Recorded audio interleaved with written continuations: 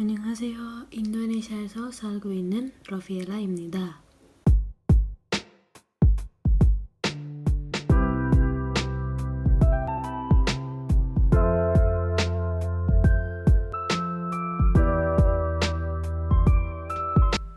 Hi everyone, I'm Wolfer from Indonesia.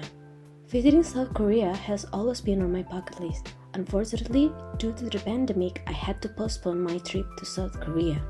While waiting for the borders to reopen, I keep myself busy with learning Korean language. I've been learning Korean for 5 years and now I'm taking this opportunity to learn Korean with native speaker and ASEAN youth through the ASEAN Youth Organization Korean Language Academy, which was held by ASEAN Youth Organization of Korea.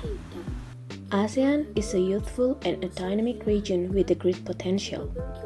This course is in line with the mission of the Republic of Korea to ASEAN, which aims to bolster ASEAN-Korea relations encompassing political security as well as economic and socio-cultural pillars. This course will help the relationship between ASEAN and Korea grow stronger and closer, especially among youths in ASEAN and Korea.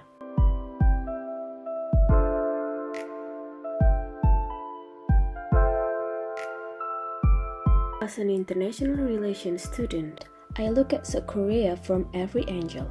Through the people, the culture, the history, and the politics, everything was so similar and yet at the very same time so different. Thus, I wanted to understand it more. Having first known about Hallyu or Korean wave as a way of seeing the world and exploring my life options, I became fascinated by other Korean culture, such as Hansik or Korean food.